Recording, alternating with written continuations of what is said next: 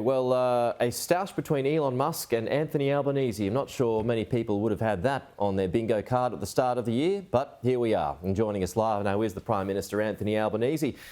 Prime Minister, good to see you. Thanks for your time, and I promise you we will get to the trek in just a moment, but I want to ask you about Elon Musk. He's mocked you this morning for choosing censorship and propaganda over free speech and truth. What's your response to that?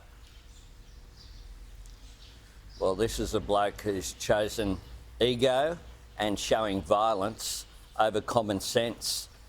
I think that Australians will shake their head when they think that this billionaire is prepared to go to court fighting for the right to sow division and to show violent videos which are very distressing.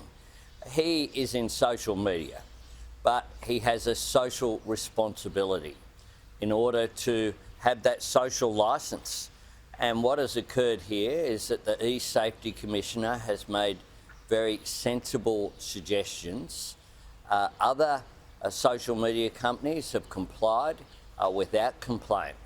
But this bloke thinks he's above the Australian law, that he's above common decency.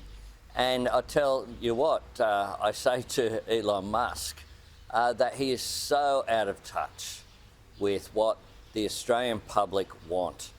This has been a distressing time, and I find this bloke on the other side of the world, from his billionaires' establishments, trying to lecture Australians about free speech.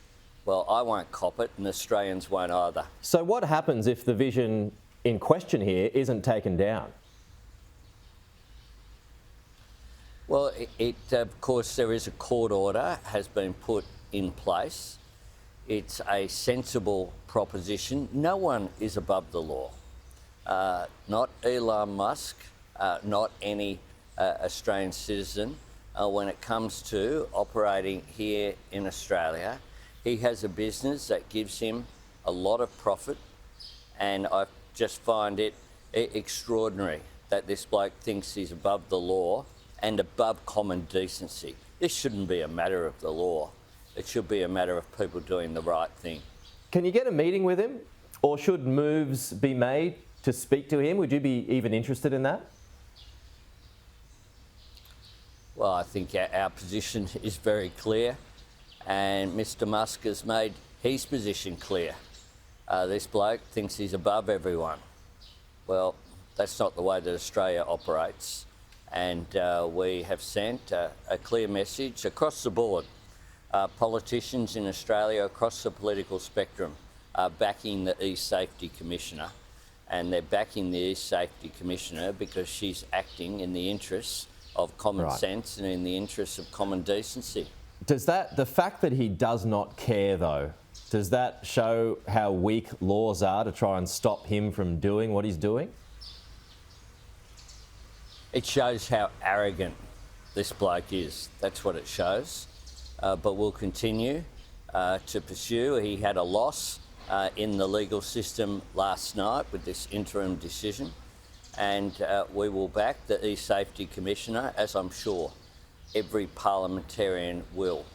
And Mr Musk should be very conscious of the fact that Australians are united on this issue. Okay. Well, you're about to walk the Kokoda track, which is good on you for doing it, to be fair, Prime Minister. How are you feeling about it, and have you got enough AeroGuard? I certainly do. Well, we are well prepared, and I'll be walking with Prime Minister Marape, my friend, the Prime Minister of Papua New Guinea, and it will be an incredible honour to show respect, firstly, to those extraordinary Australians, as well as the PNG soldiers and citizens who helped our Australians at our darkest hour in World War II. It's a reminder of the courage and correct decision that John Curtin made to bring our troops home to defend our homeland here in Australia, and the courage against a much larger enemy at that time. The Japanese forces were on the march south, and they were stopped by the courage of a much lesser number, but the courage and sacrifice that they showed is something that I want to honour in the lead up to Anzac Day. On Anzac Day we'll be at Issarava, which was the scene of a battle where 99 Australians lost their life, and it will be an opportunity to pay tribute to them, as well as showing respect for all those men and women who serve in our Defence Force today to keep our way of life and to keep us safe.